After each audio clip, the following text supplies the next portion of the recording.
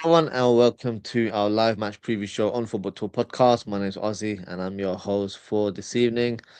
Liverpool are set to face current leaders in Arsenal tomorrow evening. A game, if I'm being very honest, not looking forward to, but we still have to follow the schedule and we have to preview the game. So during the show, we will analyze our opponents. We will discuss some of the comments made by Arne Slot in the press conference, which, if I'm being honest with you, was a bit of a tough watch, but we still have to discuss it. Then we'll do the predicted lineups and score predictions as well. So let's start with our opponents. In terms of Arsenal, of course, currently top of the league, 5 wins in the last 5 games, with the 4-1 victory against Aston Villa being a real huge statement. Right now, if I'm being honest, they're not playing their best football, but what they have now is the ability to win games in any way possible, whether it's open play or from a set piece. They're showing, I hate to admit, they're showing signs of champions the way they are gathering up all the points right now. But what I will say is, even though Liverpool are not in the title race, they haven't won anything yet. Arsenal fans are getting giddy, thinking they've got one hand on the trophy. They're five, they're 5 points away from City, but right now they're making some solid additions to the squad, with Semenyo joining and potentially Mark Gay as well. So there's a long way to go. But as far as from champions that stay grounded, nothing is won in January. And to make it worse, Szoboszlai was interviewed by Sky Sports earlier today, and the journalist asked him, "Do you think you'll be playing the champions on Thursday, the team that will win the league?" Szoboszlai's face was like, "Bitch, what the hell are you talking about?" And then he responded by saying, "quote unquote, the Premier League is not easy. You don't win it by January, so I don't think we are playing against the champions. They are playing against the champions." And that's probably they probably know that as well. We know as well. Of course, they are one of the favorites for this year. They are an unbelievable team, really good players. But we shouldn't also forget about Man City, about Aston Villa, who are also doing very good. So no, we don't play against the champions. They are playing against the champions. So in regards to that, very well said to Dominic Szoboszlai. I love that response. For me, he speaks like a true leader, and that's why I believe after Van Dijk leaves, he could be the next Liverpool captain. He shows it on the pitch, but in terms of his demeanor when he speaks in interviews, he's got captain written all over it. So hopefully that will happen one day for him. But moving on, let's talk about Arne Slot, who held a press conference earlier on today. So I'm just going to talk about some of the key points that stood out for me. So he mentioned that, no surprise, we are unbeaten in 9 games, 2 draws too many, he said, in regards to Leeds and Fulham. And he's also described our recent run with impressive wins, impressive draws, and impressive defeats in a negative way. Totally disagree with all of those statements there. He says that he still believes that there's a lot to play for in terms of the Premier League as well as the FA Cup and Champions League. And then he was asked, what are Arsenal's main strengths? He said they hardly concede goals. They can score from open play and set pieces. They have good ideas in build-up play, but can also play the long ball. So they are the complete package, and that's why they deserve to be where they are. Which, to be fair, is probably the right assessment. He also went on to say that we have a talented group and that we can compete with almost every team. We've just not had the consistency against teams where we usually win. And then he also went on to say that we have to find a way of playing against teams with different styles. So that shows me that he's still admitting he doesn't have the capacity to find the solution. Therefore, for me, he's not good enough to be the coach of Liverpool Football Club. It's as simple as that. And then a journalist asked him the question that he probably wasn't expecting by suggesting that fans are saying that Liverpool are very dull and boring now. And his response was that he finds that hard to hear. Although he doesn't completely disagree with it, he probably would have used a different choice of words. And he also goes on to say that he wants to win trophies. And he says that he's known for managing teams that play attacking football. And that's what Liverpool are trying to do right now. But having a lot of ball possession means you're trying to play attacking football, which for me is incorrect. Just because you have ball possession doesn't mean you're playing an attacking brand of football. It just means you have the ball. So that's not progressive. The way we play sideways passes left, right, and center. So that's not helping our cause in terms of playing attractive football. And he's also said that we are struggling to create a lot of chances, which yes, we are, because we're playing very cautious and negative football right now. Um, then he goes on to talk a bit of nonsense for saying that we're not the only team that are struggling. There's much different teams. There's not much difference between us and other teams who are doing well. So I'm not sure if he's referencing teams like Aston Villa.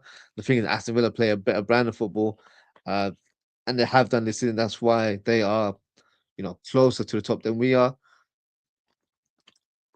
And he says that he wants us to win more games and play an attractive style of football, which he says that we have done this season. Wrong.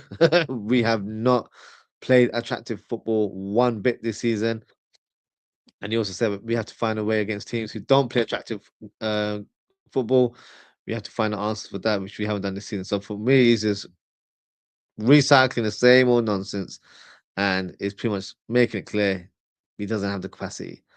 So therefore, simply not good enough for this club, in my opinion. And then he showed his personality a bit more, which I'm not saying that in a positive light. And this was in regards to asking questions about Harvey Elliott. And they were asking what's the situation with him because there's been a lot of rumors about him possibly returning to Liverpool. He said that we should ask Unai Emery about Elliott because he's an Aston Villa player. The journalist rebuttals and says, well, no, he's still a Liverpool player. He's just out on loan. Tony Barrett, who's the head of club and support liaison, interrupts and says there's no recall option from his loan spell. So I found that quite disrespectful. The moment that a player goes out on loan, you don't completely put him out of the picture. He's still a part of Liverpool. There's different types of loan spells. There's loan spells where you sent a young player out to gain experience, so you're probably monitoring that more so than not. There'll be some players that haven't been getting regular football, so you do that to help them gain more match fitness or allow them to play games somewhere else, and maybe they're not quite ready for the first team yet. In terms of Harvey Elliott scenario, he was a player that I think may have been surplus to requirements based on what the coach wanted, and we probably couldn't get a deal done for him in order to sell him this summer. I'm sorry, last summer. But of course, this deal would have been concluded by the end of the season. But because Aston Villa are not willing to trigger the loan agreement because they have to pay £35 million if Harvey makes 10 appearances, and that include substitute appearances as well. They've pretty much made their mind up. They don't want to sign him on because it's a huge financial obligation, even though this was the agreement that they made with us on the last days of the transfer window. So that's frustrating that they took on a player and not really fulfilled what they said they would. And I have to feel for Harvey because if there is no recall option for Liverpool, where does he go? Can the agreement be terminated? Possibly. But the way Arne Slot is talking about Harvey is that he's not even part of the picture at all. And he's always seen him as an Aston Villa more than anything else. So I feel like I was quite disrespectful because Harvey Elliott is going through a tough period in his career right now where a few positive words wouldn't have been, harmful in this situation where maybe you could say, look, he's not with us right now, but whatever the situation, he's a very talented player, and I'm sure he'll hit the ground running at some point. There's something like that to not completely disregard him. Those kind of positive words would go a long way for a young player right now who's going through a difficult period in his career. And if he hasn't got a recall option and we don't have the option to cut the loan short spell and loan him out to another team, then that means he's going to be at Aston Villa and not play any football because they won't want to utilize him at all. Otherwise, that loan obligation will have to be activated. So I feel for him, but I didn't like the way Arne Slot handled that situation because I know when Jurgen Klopp was manager, he would keep in touch with all the loan players, whether they were players that had a future at the club or not. It really didn't matter. He was still keep in touch with them. So for me, this guy just stinks or in terms of interpersonal skills, and he doesn't have it in his locker at all. And that's not the Liverpool way. Unfortunately, he should do a little bit better here, make more effort with players that are still under our sort of under our current sort of situation where they are still Liverpool players. They might be on loan, but they're still Liverpool players. Until they are not sold on, they are not. You know, you can't just disregard them altogether. So I find that quite disrespectful, to be fair. And then he was asked about the squad. Do we have sufficient depth? He said that he's very happy with the squad.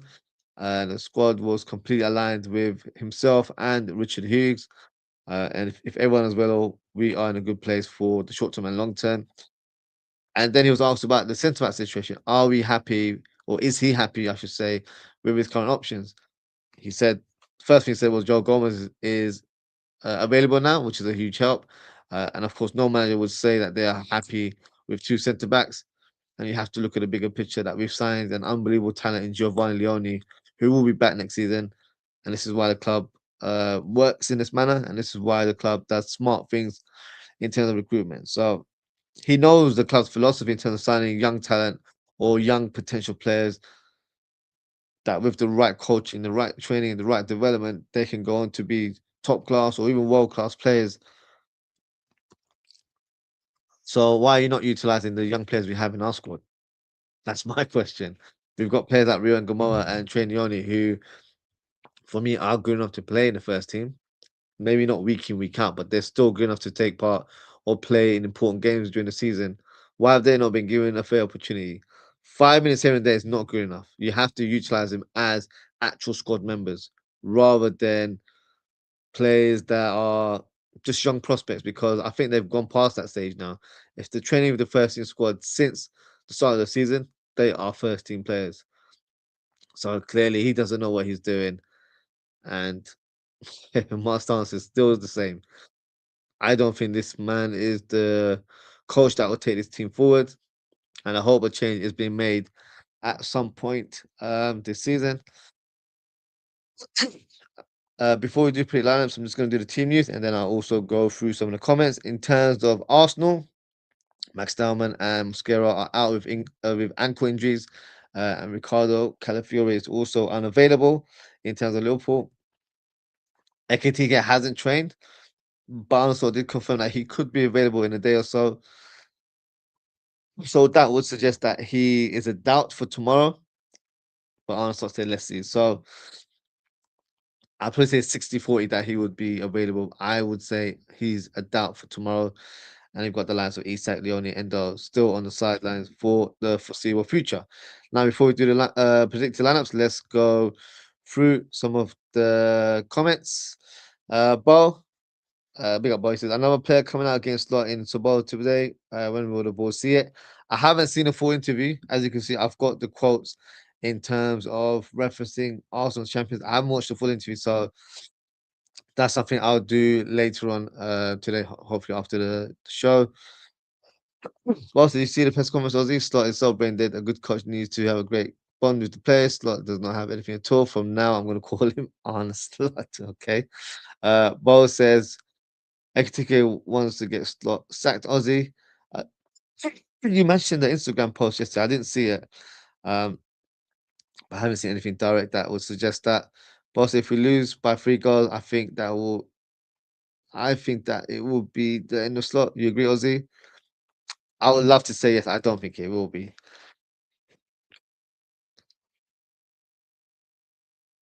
3-0 is probably a score prediction I'm sure a lot of people will probably be going with. Um, I would love to say yes, but I don't think so personally. just because of FSG. I don't feel like they've shown any indication that they're willing to dismiss this coach right now. But there has been some rumors regarding other managers, which we'll talk about later on. So maybe that could play a part, but we'll talk about that later in the show. But also, there's no way back for Slot. I think if that happens, no, I disagree. I don't. I think if we lose 3-0, I don't think that's him getting sacked. I don't think that would be. It's not an ultimatum for him to get the win.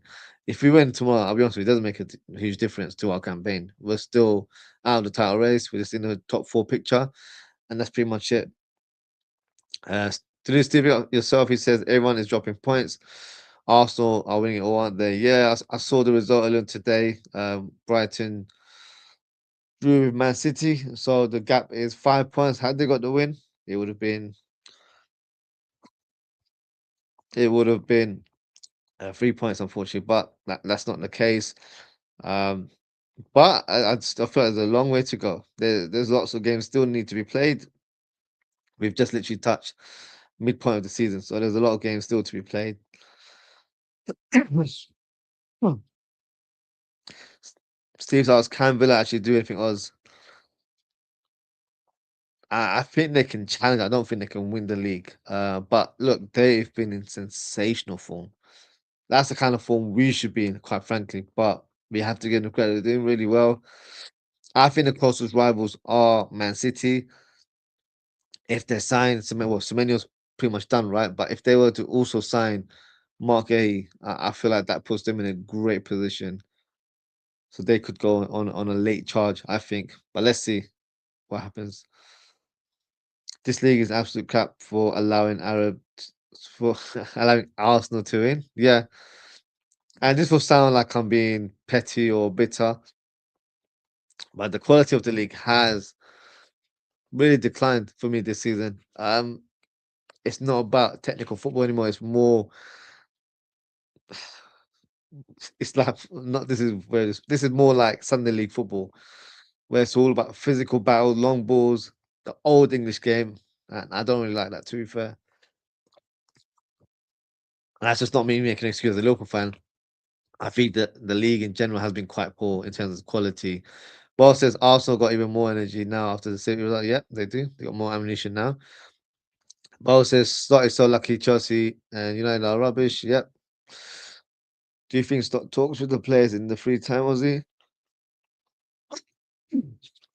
No, I don't. I think he's probably a very standoff type of coach where he only speaks on the training ground.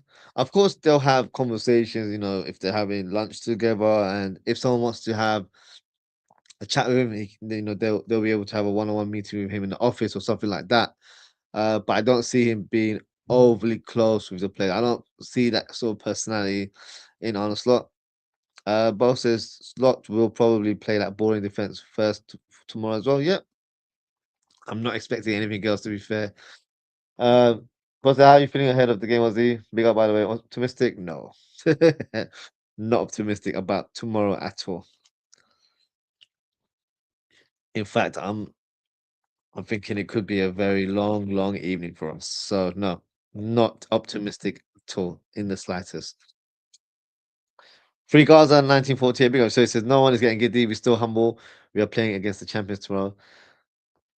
I, I know a lot of Arsenal fans and they are getting giddy, but no, if you're not, that's all good. And look, I'll be honest with you, if fans are getting giddy, they have every right to be giddy. You guys are doing really well. You're at the top of the league, 5 points away, so the gap is increasing. So, as Liverpool fans, we wouldn't get giddy because we've had issues where we've been in title races and we've folded in the late stages. Um, and I think you might be that sort of fan as well because, of course, Arsenal's recent history, they've finished second, in consecutive seasons. So maybe you're a bit more of a humble or more of a steady sort of fan, but there are a lot of fans that are getting really ahead of themselves. But that happens in every fan base, to be fair. Bo says Slot is still talking about PSG. Yeah, he still is, to be fair. Compared PSG to Fulham, which was just a ridiculous comparison. He did not have any solutions to anything. Yeah, he doesn't. He doesn't have any solution to anything for me. So no. Just lots boys irritate Ozzy. The way he pronounces the S's is so annoying. I haven't looked into it that deep, bro. I do find his demeanor a little bit, what's the word? There's a touch of arrogance when it shouldn't be there, in my opinion. But no, I've not, I've not heard, the S's haven't really annoyed me in terms of his pronunciation. So no, I think you really, really despise Arne Slot. So you're finding every aspect of his being very annoying right now. Slot don't have a connection to the players. Yeah, I agree. I don't think he does. Slot don't have a heart. He probably hates his children. Oh, that's a bit extreme, bro. I wouldn't really go that far there. Uh, so let's move on and let's present the predicted lineup. So we'll start with the home team, which is Arsenal. They're not going to play a 4-4-2 formation. They will be playing, in my opinion, a 4-2-3-1, which is what they've played predominantly so far this season. Oh, what am I doing? What am I doing? Here we go. Here we go. 4-2-3-1 formation. So let's start with the goalkeeper, of course, being Raya. Left back, it would have been Calafiori, I think, but he's out. It's not been specified to the what the injury is, but I don't think he'll be available. So maybe Hincapi makes a start, a rare start. He hasn't played that many games this season. A player that I really rate, to be honest, and I hoped that we had signed him last summer, but Arsenal got, in my opinion, a very good deal. They're going on loan as well. He could have been very helpful in our current campaign right now. Able to play centre back, left back, and even left wing back if needed. On the right side, it's Timber, who for me has been the best right back in the league this season. Then you've got Saliba, and you've got Gabriel, who's been banging the goals in recent weeks. So that's going to be a concern for us, especially in set pieces. And in terms of the double pivot, mm, I would go for Declan Rice. Let's put Declan Rice on the right side. Declan Rice, and then alongside Zubimendi. Zubi. Of course, in this formation, I think Declan Rice will have a bit more of a free run. Zubimendi is the one that drops deep and protects the back line. In the number 10 role, I'm expecting it to be Odegaard. And on the right, I'm expecting Saka to return to the lineup as he was not in the first team in the previous fixture against Bournemouth. On the left-hand side, I'm going for Trossard, which will surprise a lot, but he's actually been one of the most prolific players this season, so they'll probably need to start him in this game. Up top has been Gyökeres, who hasn't really lit up the league, in my opinion. Um, but wouldn't be surprised if he finds his moment against us in this coming fixture. So that's my predicted Arsenal lineup. Now, in terms of the danger men, there's quite a few to be fair. I'm gonna go from the defense. Gabriel is definitely one from a set piece point of view. He's been scoring a lot of goals in recent weeks, so his inclusion back to the team after injury is, it's been vital in the current run of games. Declan Rice got himself a goal in the previous game as well. He's been the complete midfielder for them, so he's definitely someone that can pose a threat in terms of scoring goals, but also winning the midfield battle. He's definitely going to be one that, we have to really stand up tall and be physical and make sure we're not they're not running right against us, because our midfield for me has been very soft this season. So I've not been impressed in terms of how we've played. Um, so yeah, that's something we need to do going forward. Saka, of course, on any day can be a danger man for Arsenal.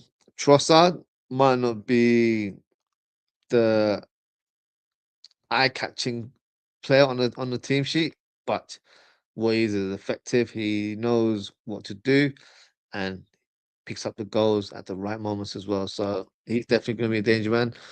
No disrespect for Eucharist, I don't really see him much of a threat. I feel like he's been quite ineffective, and we should be able to keep him to one side or keep him quiet in the game. But when you've got players like Konate who have shown some real fragile moments this season, this could be the game where Eucharist actually scores. So no, this is a very strong team, a team that is well knit together. So it's going to be a tough ask for Liverpool to get a result in this one. And moving on, let's do the predicted Liverpool lineup. So we'll start. Actually, we've got a couple comments there from Steve. Says, "I watched the replay of the last show, and Ozzy declined to say some words. You know, I can't say those words. What did I say? I can't remember, Steve. I don't remember what I said on the last show. I can't say those words. I don't remember, mate. I might have to. I might have to watch it back now. Mate always scores against us as well. Yeah, he's one of those players that I feel like he's been in a decline the last couple of years, but yeah, he definitely used to turn up against Trent. That's for sure. But hasn't been the same player. Uh, if I'm being honest, I feel like Trossard has definitely taken that position and made it his own this season. Now on to Liverpool. Alisson in goal. No. The,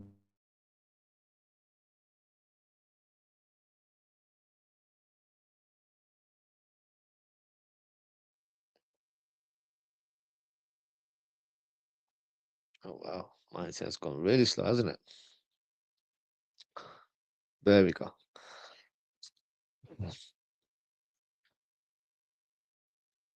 Right back. Is it going to be Frimpong or is it going to be Bradley? I think Slot will go for Bradley, which I don't think is the worst decision to be fair. Maybe because use Frimpong late in the game, with his electric pace, but I think we'll start with Bradley. Kirk is on the left hand side.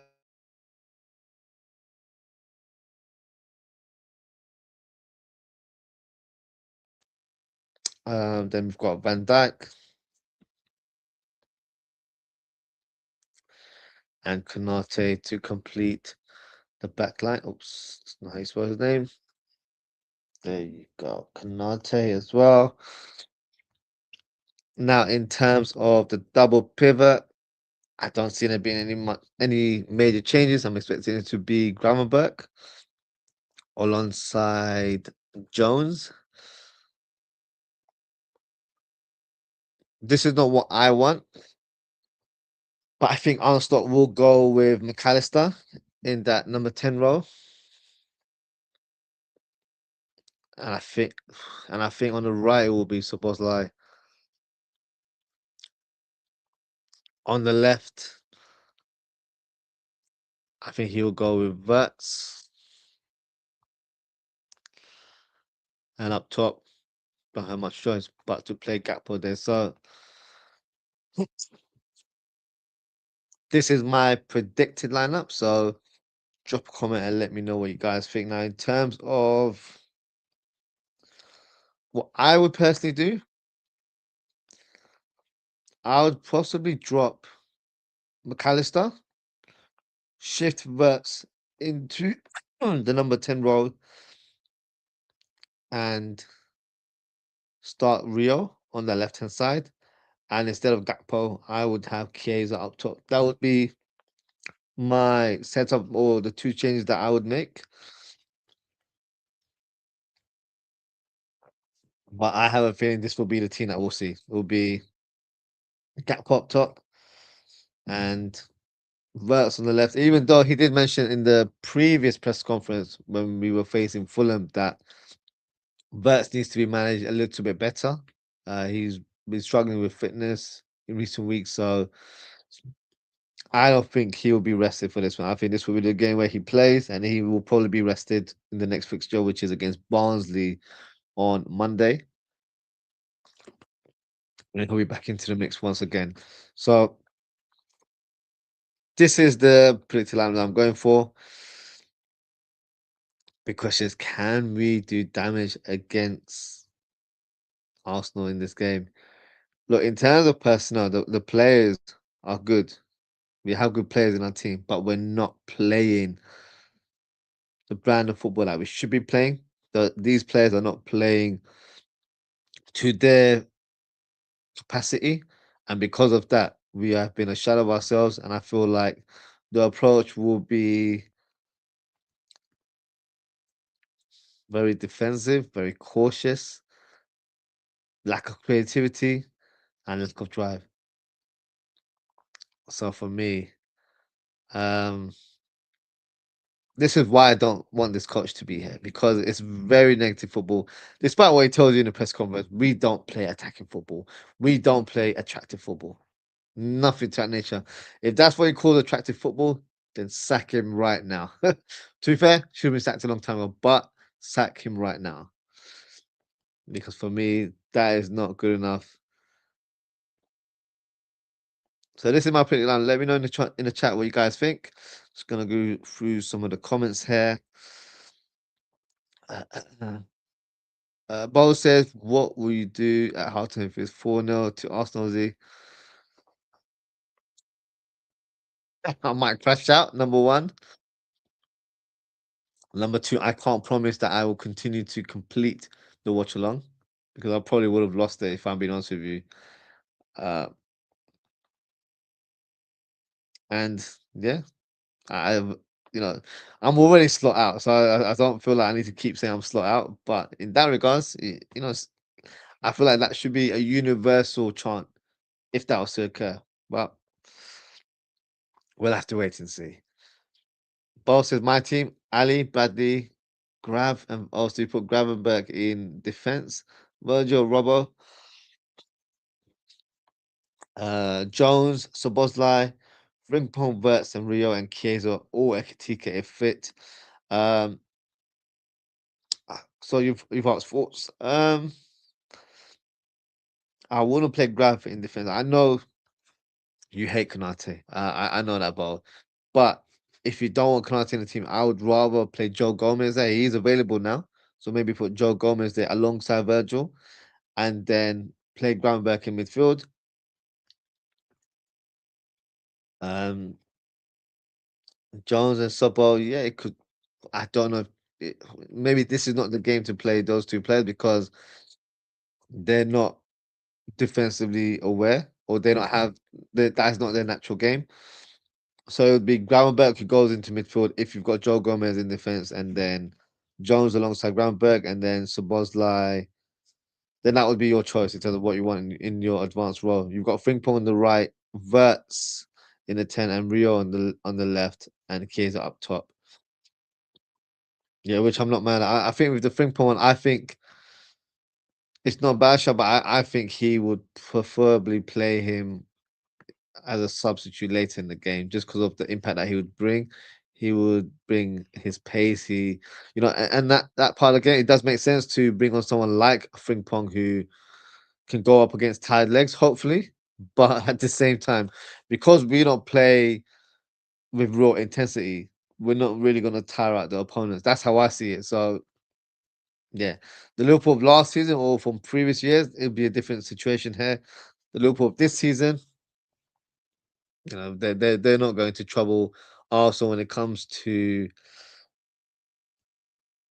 the ground covered and playing with a dynamic press or anything like that. We're not doing any of that at all. So in terms of Rio and Chiesa, that's what I would do. I would have put Rio in my team and then Chiesa up top. I know it's Arsenal. Some people be like, well, why would you play Rio? I just feel like he's at a stage of his career where he's probably fearless, and what an occasion to start a game.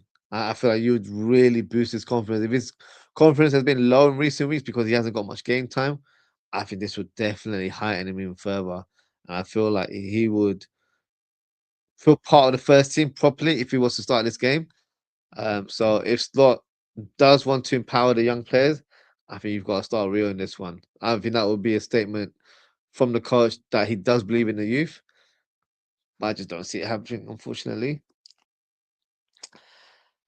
Abdul says, hi, Ozzy, assalamu alaikum. Well, salam to you, Abdul. He says, how you doing? I'm doing good. I hope the chat's doing well. And yeah, I hope you're doing as well, Abdul. You say it was towards the very end of the live stream. Bo says things about Slum Party. You know, he said, I can't say those words. I think I'll recall, yes. It was in regards to partying with a certain age group of women or girls in that situation. So yeah, I can't really. I'm not trying to get in trouble with those kind of comments. So yeah, pick up yourself. Uh, yeah, I can't. I see you commenting it right there. But I'm not gonna add that on the screen. Um, Delete Steve's funny comment here saying that he wants us to sign Jamal, Tchouaméni. I'm still holding high hopes. One day we'll get Tchouaméni. To be fair, the rest, yeah, Adam Lambert. Adam Lambert, wasn't it Ricky Lambert? Adam's comment: pray for the children of Palestine and grant them heaven. This war isn't fair, corrupt by USA. What are US doing with Venezuela and Greenland? Yeah, that's very, very true. Adam said this head coach plays boring, slow, side to side passing, back passing, handbrake on football. Yeah, he does, to be fair. Steve asks, do you know that Liverpool fans are from which country? True. um, Paul said, I like Sobol deeper in midfield. He, I feel like he does a really good job there as well, but I feel like he needs to be alongside a more defensive minded player. I think Jones, Jones has great traits in terms of retaining the ball, he doesn't really lose the ball that often. But that's just a part of his game. That's not really a defensive setup, if that makes sense. So I think I'm going a bit ahead of myself here, but I think in terms of next season, I really hope we sign a proper DM. And I can see me where we have a DM and then Sabozlai in a double pivot. I feel like that would be such a great combination. For me, Sabozlai is undroppable. He has to be one of the first names on the team sheet, maybe even ahead of Gravenberg. And that might be an unpopular opinion, but I think that is the case. And I think Sabozlai has to be in the midfield this season and next season and the seasons forward, if I'm being honest. I'll just say, I know this country, you say is lapdogs. The Ghana booth, big up yourself. The Ghana booth, the Arsenal fan here. Do you think Slot gets the sack if you lose tomorrow? I would love for him to get sacked because me personally, I am Slot out. I just don't know if he will, to be fair. I would like that to be the case, but I don't think it will be, unfortunately. I think he will remain at the job until the end of the season, unless a manager becomes available. That is on our shortlist, which we'll talk about later in the show. I do have something lined up for that. Boss says no need to bring on Frimpong when we are falling down at halftime. That's true. If FSG got balls, they need to get rid of this head coach. He's clueless. Agreed. Also, if we had Chelsea on the Woodstock be sacked by now, 100%. 100% he would have been sacked. He would have been sacked in October. But our owners, they're not cutthroat in that manner. Collectively are bad. Yeah, I have to agree with that. That is very true. Now, the score predictions. What do we do here? My honest truth, I don't see us winning this game at all. I don't think we even get a goal. So my score prediction is a 3-0 victory for the Gunners. And in terms of the goal scores, I'm going to go for a Saka goal, a Declan Rice goal, and a header from Gabriel from a set piece. So yeah, I'm not going to sugarcoat and say, "Oh, Liverpool going to win." I don't feel that in me. I don't have that optimism, and I don't have the confidence in my team right now. And I think we're facing a team that are in huge confidence. And of course, as Bo mentioned earlier on, the City result would give them a boost going into this fixture. Because if they win, then they're 8 points clear. So for me, yeah, I don't see us doing much in this game. Unfortunately, I think it will be a 3-0 victory for the Gunners. I was going for a 3-1 result for the Gunners. That's a fair result. That was something I had in my mind, but I just don't know if we'll score tomorrow. Double D, big up Double D says we will score.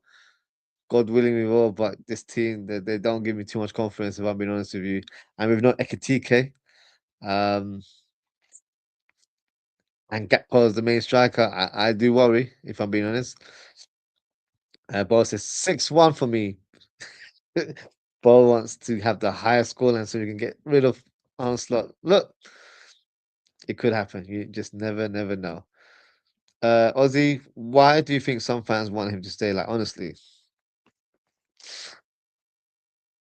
I think my personal viewpoint of people that are still slotting, I think it's more for sentimental reasons. So they will go off by saying, number one, he won the league for us. He can't be sacked the following season. That's not how it should be done. That's not the Liverpool way. That's what they would say. And they will say that because he won the league for us last season, he's got credit in the bank and he should be given the rest of the season to change things around. And also, another reason would be that we've signed a lot of players and it takes a long time for these players to, excuse me, transition. And that's why um, the team haven't evolved as a collective. So those will be the main reasons. And look, they are valid points to an extent, but I'm not seeing any improvements in this team. I'm not seeing any progression with this team. When you have a lot of players that come through as new signings into a club, they might not hit the ground running straight away, but you can see improvements. Like Florian Wirtz, use him as an example. He didn't have the best of starts, very slow. But in recent weeks, he's really improved and he's getting used to the way that we play. And more important, he's getting used to the intensity and the physicality of the Premier League. So, of course, not every player is going to have that sort of impact. I think only Verts and Ekatike have had that progression. But as a collective, you know, I think tactics have played a part in terms of why we haven't evolved as a team. I think we look quite disjointed. I don't think there's an identity to the way we should be playing. And because of that, I feel like we have digressed as a team. We're playing a brand of football that I haven't seen since Roy Hodgson days, if I'm being honest with you. So it's a tough watch. It's a tough watch, if I'm being honest with you. Um, Amlo says nothing will change with his head coach, no improvement with his head coach. He can't manage his players. Which channel are the most lot in? I have no idea, to be honest with you. I'll be honest, I don't watch a lot of other channels. But when I have come across other Liverpool channels, they don't seem to be slotting, if I'm being honest with you. But if anyone knows in the chat, feel free to let everyone know. I don't know one in particular, if I'm being honest with you. Bowles listed all the defeats and the draws, saying it's unacceptable. I do agree with that. We are playing bad. Yeah, simple as that. We are playing bad football. Now, let's move on and talk about some rumors. So this is the current rumor that I'm sure everyone has seen in the last 24 hours, and that is regarding Mark Gay. So Man City want to sign Mark Gay in January as talks have started apparently, and an initial approach was made yesterday. Of course, they've got a few injuries in Gvardiol and Ruben Diaz. Um, Apparently, Liverpool are attentive to the situation and have been in talks since August, although I don't know if those talks have been progressing since then. And Bayern Munich are also in contact with Margay in order to sign him on a pre-contract agreement. So my thoughts on this, if I'm being honest with you guys, I don't know. this is a bit of a weird one because it's kind of come out of the blue. No pun intended, with it being Man City.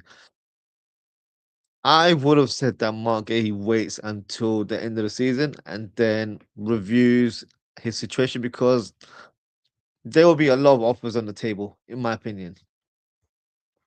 But if Man City were to place a bid like 30, 35, 40 million, number one, Crystal Palace can't say no. And secondly, if they sell the project to him and he's blown away by it, there's no reason why he doesn't join now. And with Man City, I'm sure they're gonna give him a great salary, and I'm sure they'll even give him a sign-on bonus in order to get him now rather than allow him to become a free agent later on. So I don't know why, but part of me feels like there's something to this, and it's such a shame because he should have been a Liverpool player.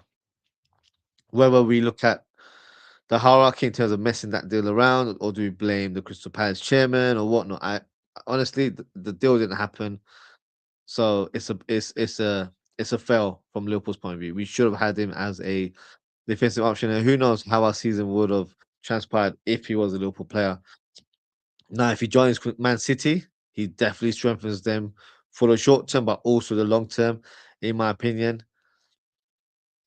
With them already, I don't know if it's official yet, but of course they are on the verge of signing Semenyo, who's going to be a fantastic option for them.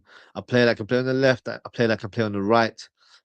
Um, I have Mark Gay, another similar profile in terms of centre back, can play on the left side or right side, can play in the back three. He's very multifunctional in that regards.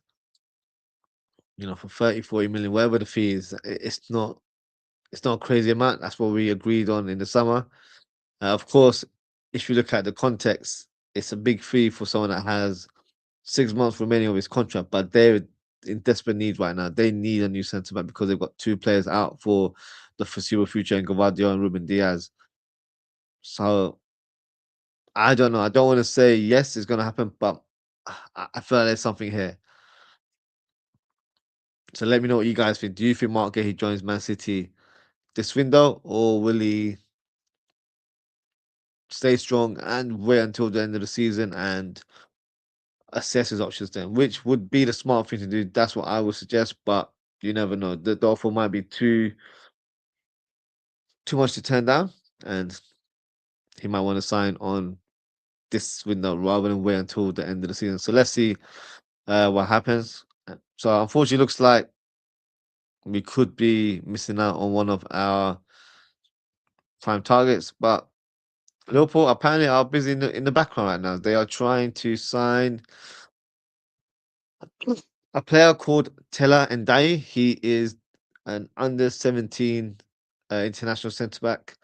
Um, plays for a team called Amiti FC, and apparently he could join the club immediately, but there's no real confirmation of that. So my thoughts on the player, I haven't seen much of him, to be honest with you.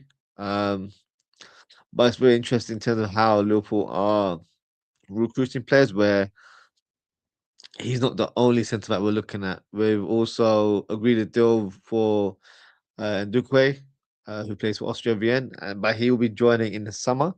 Whereas if this young player who just turned 18 yesterday um, signs for Liverpool, then he would be an option for the club. If he was to join, I wouldn't expect him to be in the first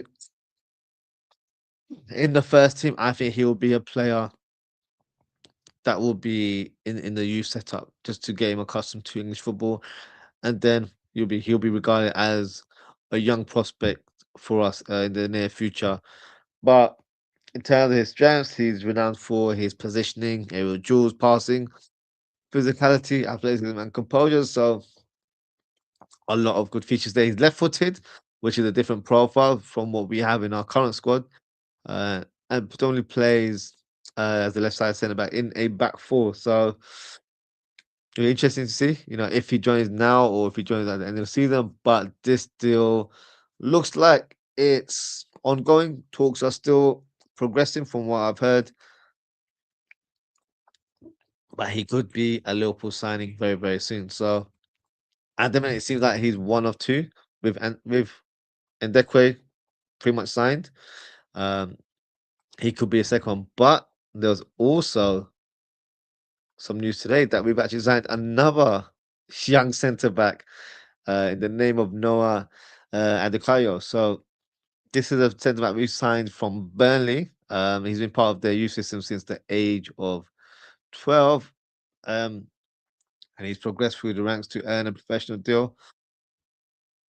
He was on a scholarship with the club, and uh, he's been renowned for having great leadership skills and captained the team for the under 18 uh, professional development league title that took place last season. So my thoughts on him, I have no idea in terms of how he plays.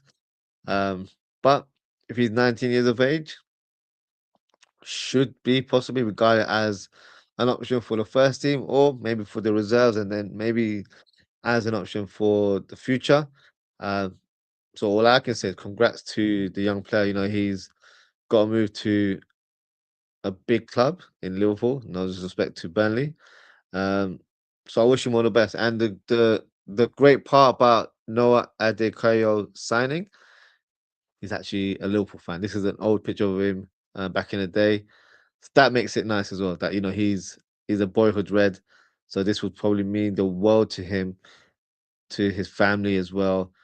And in the caption, he wrote God's plan. So this is definitely God's plan. So yeah, I wish him all the best. Hopefully, he gets to play in the first team in the near future.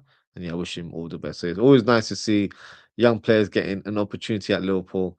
And this is one of many centre backs that we're trying to go for. So we're definitely trying to set the future and having centre backs ready to replace Virgil van Dijk at some point. So yeah, let's see what the future holds. Now on to a different position, a different profile player, and we will know who he is. It's Carlos Baliba. So the current rumor is that Liverpool and Tottenham are tracking the Brighton midfielder, with both clubs monitoring his situation. Um, Brighton are adamant that they will only consider offers between 80 to 87 million pounds, making a move more likely for the summer. Spurs are also exploring a loan move for Gallagher, um, which is why they might not want to pursue Belieber in this window. So my thoughts on that: no one's signing Belieber for 80 to 87 million pounds. In fact, I think his stock has declined a little bit this season, and I wouldn't even pay that much. I think for Belieber, the right valuation is probably like 50 to 60 million max. He hasn't had a great season this season.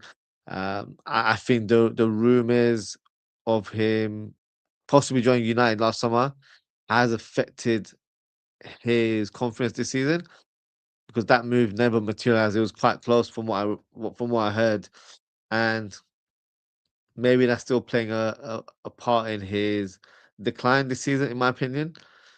So as much as I rate Belieber, that's not the price range that I would go for.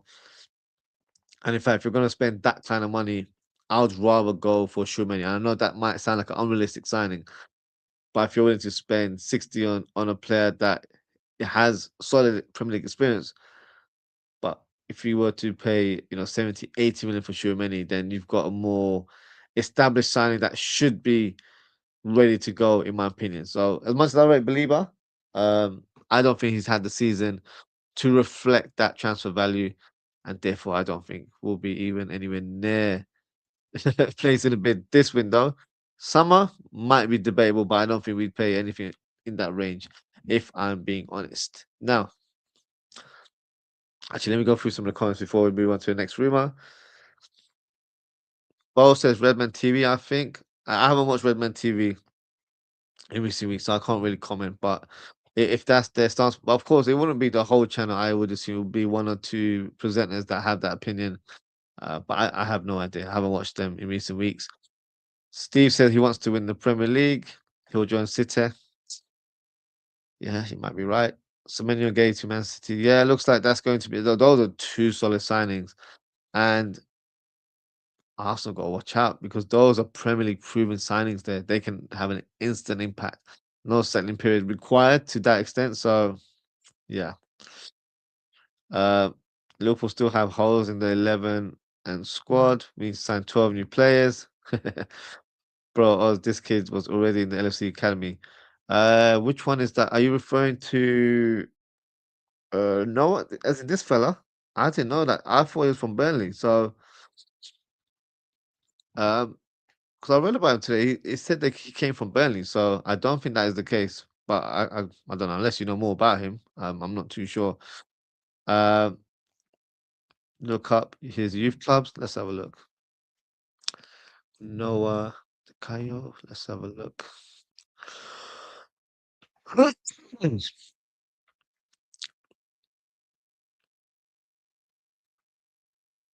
So on Wikipedia, I don't think they've got him on Wikipedia. Let's have a look at. Well, I only have transfer history from Transfer Market or Korike, and it's Burnley youth to under 18s to under 21s. So that doesn't show that. So I don't know. So look. No, that's I can't see that. So unless um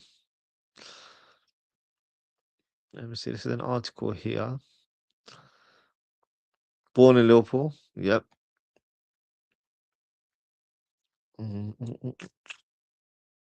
I don't know. To be honest with you, it doesn't really make a difference. He's officially a Liverpool player now, and that's what's the most important thing. From what I know, he's been a player that's been coming through the ranks at Burnley, from under 18s days. So if he was there as a 9, 10-year old, then that's something different. But I can't really get that information online. So yeah, clearly you guys have more of an eye on the youth setup. But no, that's the information I have.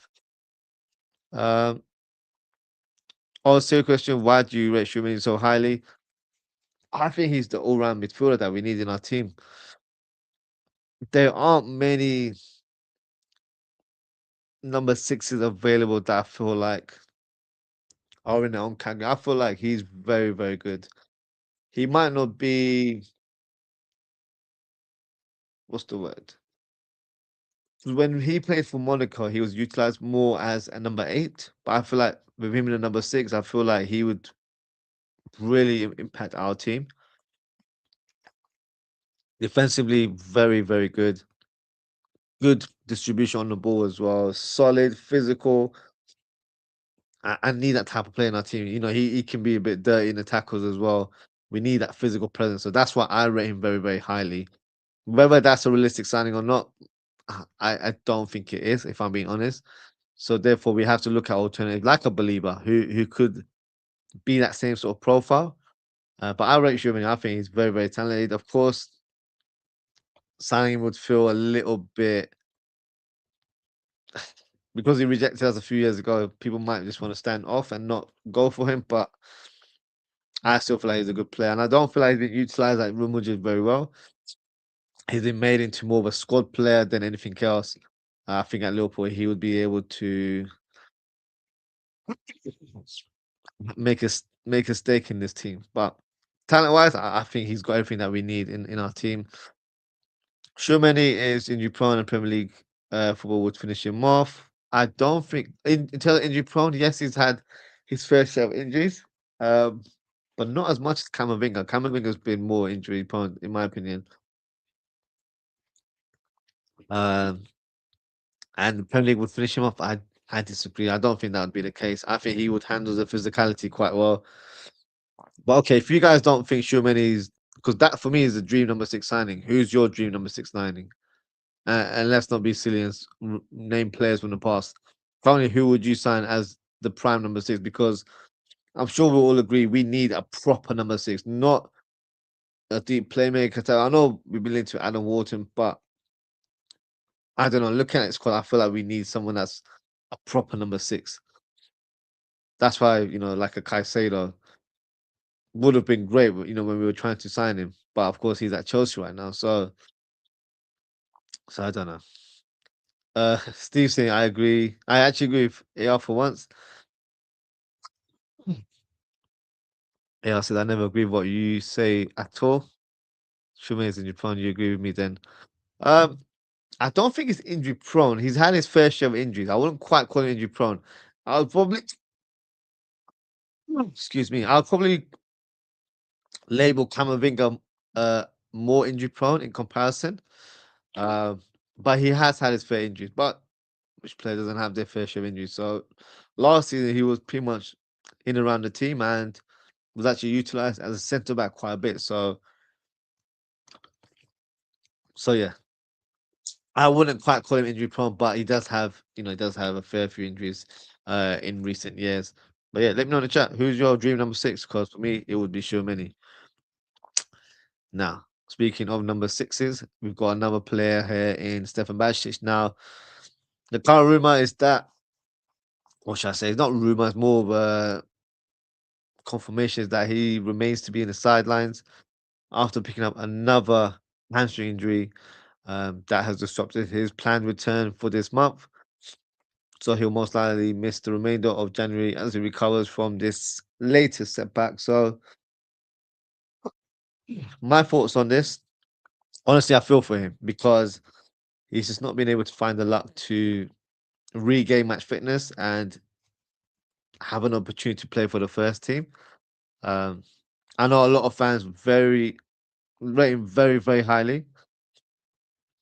I think he's a good player. I don't rate him to that extent. Like I've heard fans, talk about him like he's a bit of a savior. Nothing of that nature, in my opinion. Very talented player, but I feel like the ship has sailed. If I'm being honest with you, I think when he first broke into the team as a 18-year-old a few years ago, he's 21, 22 now, isn't he? So when he broke into the team, he broke out into the team at a time where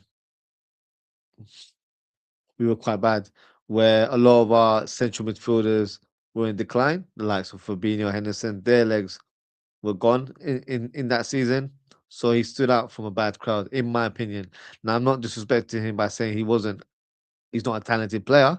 I think he is, but I feel like his skill sets will be utilized better in a different league where it's less physical, less intense. So a move or return back to La Liga would make the most sense. Uh, and I don't know in terms of the magnitude of this injury because it seems to be his hamstring again and again. So whether that is from our training or the intensity of the training, I don't quite know if it's because remember I think he's 21 now, but of course in the last couple of years he's had his fair share of injuries and it might be down to certain players growing a certain way and all that sort of stuff. So I don't know because we don't really get much information about Bastic. All we know is in the background he's always injured. So hopefully he's able to regain full fitness and we actually get to see him this season. And if he makes his return, he'll definitely get our support. But if I'm being honest, I don't see him having a future at the club. I think if he is able to regain match fitness, he'll probably be sold in the summer. But let me know in the chat, guys, what you think about Bashtic. Let me know if you think he still has a future at the club. Steve says now I've given up on Bashtic. The kid is the real definition of injury prone. I can see him playing for Tranmere Rovers, to be fair. I think that's a bit harsh. I can see him going back to La Liga. Like he was at Las Palmas, like that kind of caliber of a team. I think he can definitely stake a claim because they rate him in Spain. So I think maybe one of the mid-level teams in La Liga would be the place where he ends up moving to in the future. But let's see what the future holds for Bastic. Now, I mentioned this a couple of days ago about Chiesa possibly being linked with a move to Juventus. Apparently, a formal approach was made by the Italian club. The boss, Luciano Spalletti, made some comments saying, I'm pleased you're giving me this news, seeing as we haven't even had a meeting yet on the transfer market, and it's the first he's ever heard of it. Uh, for the moment, it's just thrown out there, but absolutely nothing concrete to it. So that shows me that nothing has come out of this situation whatsoever.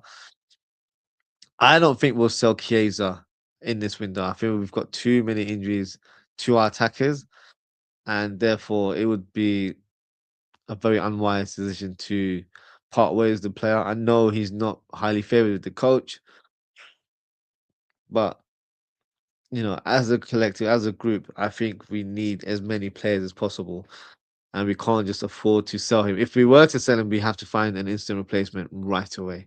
And I don't know if the club are willing to spend on an attacker this window. So remains to be seen. But I hope that Chiesa is given a fair crack of the whip. But unfortunately, I don't think he will under Arne Slot. Now, next rumor is regarding Luis Enrique. Now, apparently, he has refused to extend his contract with PSG because he wants a new challenge in the summer. So my thoughts on that is music to my ears. That is exactly the coach that I would like us to appoint in the summer. I've always said Xabi Alonso is my favorite because I feel like even though he's Real Madrid manager, he's not very highly favored there. So I feel like that's more realistic. But if you were to ask me dream managerial appointment, it would be Luis Enrique because he's highly experienced. I know he's not Premier League experienced, but I don't think that really matters in this situation.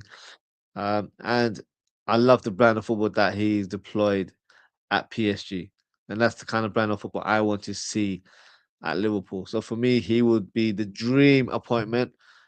And I kind of see Alonso as the realistic top choice, if that makes sense. So whether this is true or not remains to be seen. I don't know how concrete this news is. But if he needs a new challenge, Liverpool should be at the front of the queue. However, there have also been rumors about Pep Guardiola leaving Man City. So that puts us in a bit of a backpedal because Man City on paper would be a viable option for Luis Enrique. So let's see. But if I was to mention a dream sort of appointment, I think it would be Luis Enrique. And the final rumor is Xabi Alonso. Um, Now, the current rumor regarding his future is that Real Madrid see the Super Copa as Xabi Alonso's final test as head coach. Now, if he fails to win or impress the club hierarchy with performances, he is expected to be dismissed. Now, that match in question is taking place tomorrow as Real Madrid will be facing Atletico away in the Super Copa semi-final. So this is what I was alluding to at the top of the show. So my thoughts is this: if this news is true, where let's say Real Madrid don't get the result and Alonso is sacked, then I would assume Arne Slot is sacked in order for us to get Alonso. That's how I would envision it. That's my dream scenario there for this week, where Alonso gets sacked tomorrow, and then we get a Xabi Alonso as Liverpool manager. That would be the dream scenario. But I don't know. It feels like all fantasy stuff talking like this. But we'll see. Let's see what happens with our result tomorrow. Let's see what happens with Real Madrid. And maybe we can come up with some sort of conclusion.